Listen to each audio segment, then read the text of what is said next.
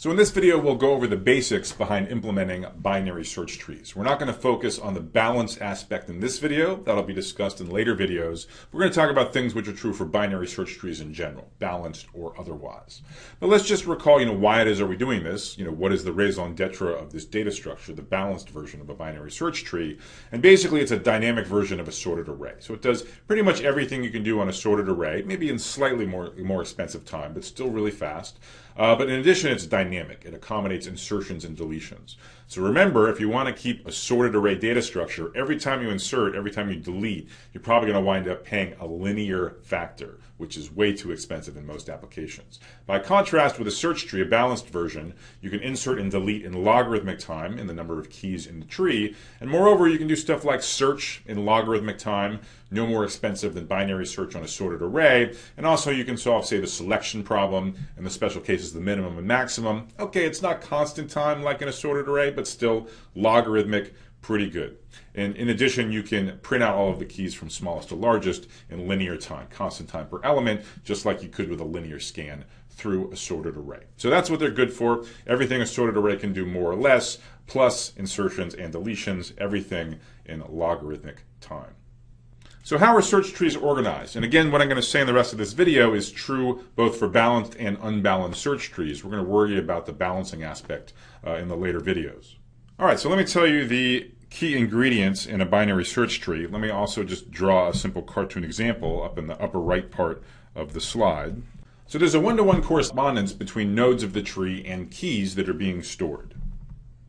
And as usual in our data structure discussions, we're going to act as if the only thing that we care about, the only thing that exists at each node is this key, when generally there's associated data that you really care about. So each node in the tree will generally contain both a key plus a pointer to some data structure that has more information.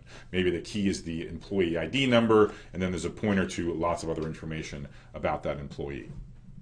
Now, in addition to the nodes, you have to have links amongst the nodes. And there's a lot of different ways to do the exact implementation of the pointers that connect the nodes of a tree together. For the video, I'm just going to keep it as straightforward as possible. And we're just going to assume that at each node, there's 3 pointers, one to a left child, another one to a right child, and then a third pointer which points to the parent. Now, of course, some of these pointers can be null. And in fact, in the 5-node binary search tree I've drawn on the right, for each of the 5 nodes, at least one of these 3 pointers is null. So for example, for the node with key 1, it has a null left child pointer. There's no left child. Its right child pointer is going to point to the node with key 2. Its parent pointer is going to point to the node that has key 3. Similarly, 3 is going to have a null parent pointer, and the root node, in this case 3, is the unique node that has a null parent pointer. Here, the node with key value 3, of course, has a left child pointer. It points to 1. It has a right child pointer. It points to 5. Now, here is the most fundamental property of search trees. Let's just go ahead and call it the search tree property. So the search tree property asserts the following condition at every single node of a search tree. If the node has some key value, then all of the keys stored in the left subtree should be less than that key. And similarly, all of the keys stored in the right subtree should be bigger than that key. So if we have some node whose stored key value is x, and this is somewhere, say deep in the middle of the tree. So upward we think of as being toward the root. And then if we think about all the nodes that are reachable after following the left child pointer from x, that's the left subtree, and similarly the right subtree being everything reachable via the right child pointer from x, it should be the case that all keys in the left subtree are less than x, and all keys in the right subtree are bigger than x. And again, I want to emphasize this property holds not just at the root, but at every single node in the tree.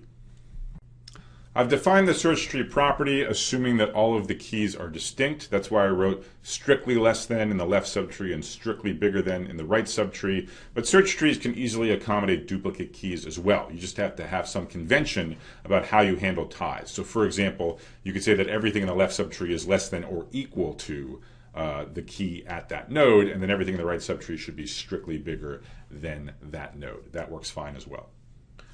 So if this is the first time you've ever heard of the search tree property, maybe at first blush it seems a little arbitrary. It seems like I pulled it out of thin air. But actually, you would reverse engineer this property if you sat down and thought about what property would make search really easy in a data structure.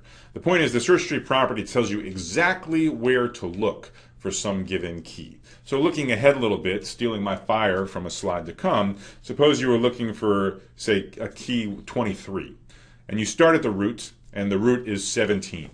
The point of the search tree property is you know where 23 has to be.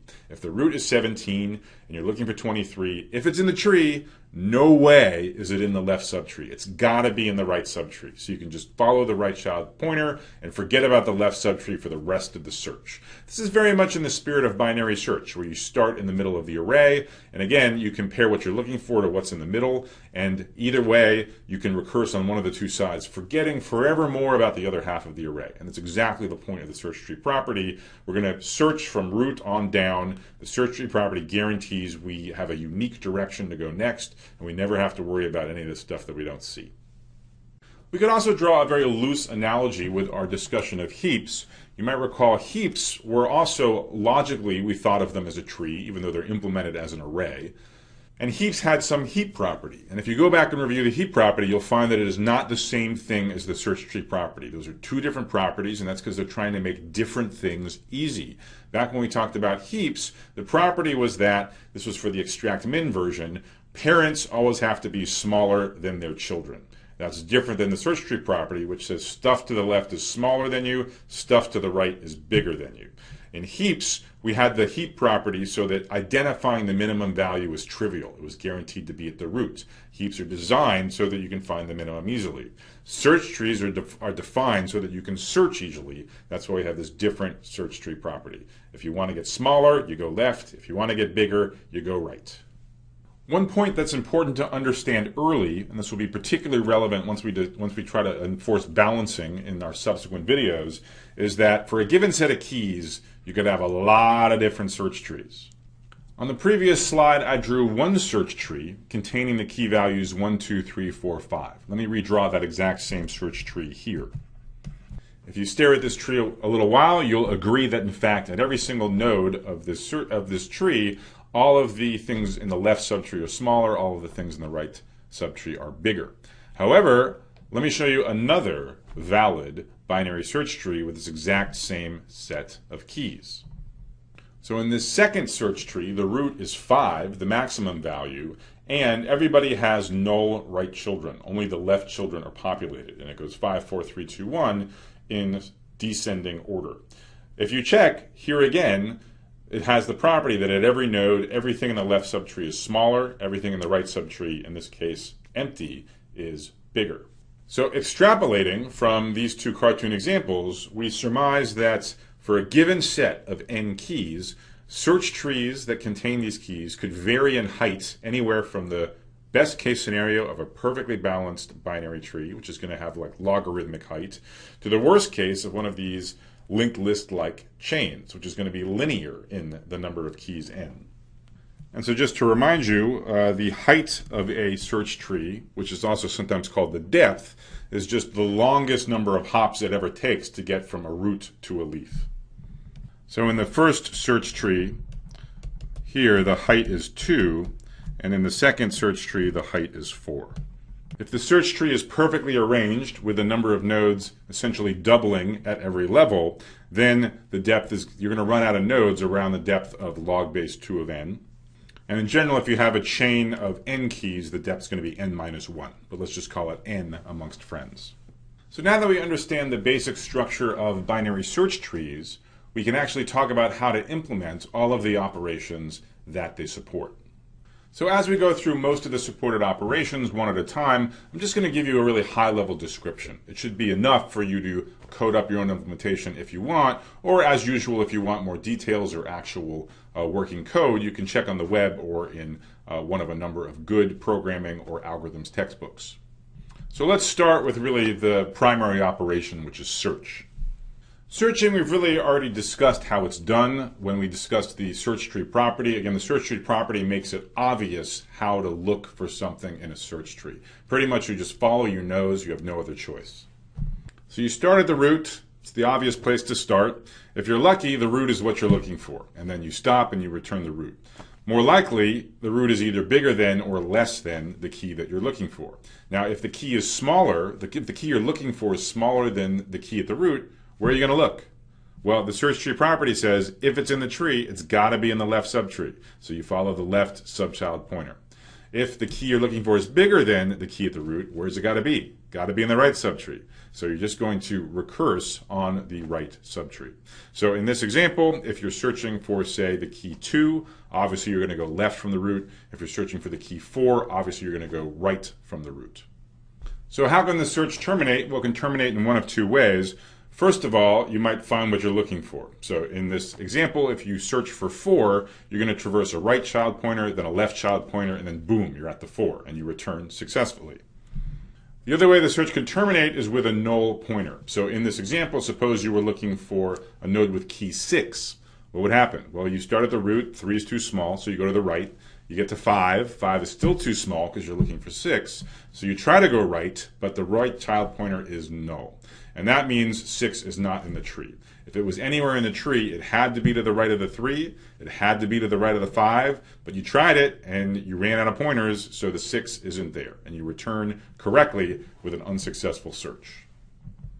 Next, let's discuss the insert operation, which really is just a simple piggybacking on the search that we just described. So for simplicity, let's first think about the case where there are no duplicate keys. The first thing to do on this insertion is search for the key K.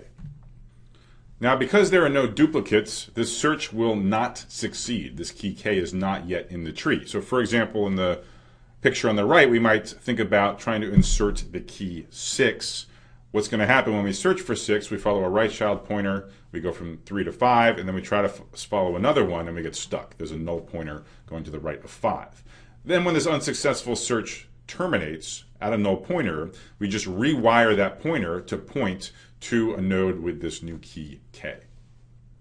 So if you want to permit duplicates in your data structure, you got to tweak the code of insert a little bit, but really barely at all.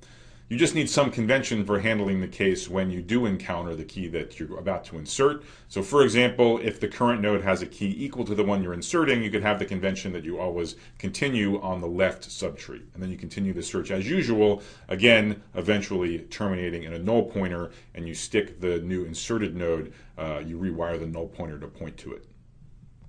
One good exercise for you to think through, which I'm not going to say more about here, is that when you insert a new node, you retain the search tree property. That is, if you start with a search tree, you start with a tree where at every node, stuff to the left is smaller, stuff to the right is bigger. You insert something and you follow this procedure, you will still have the search tree property after this new node has been inserted. That's something for you to think through.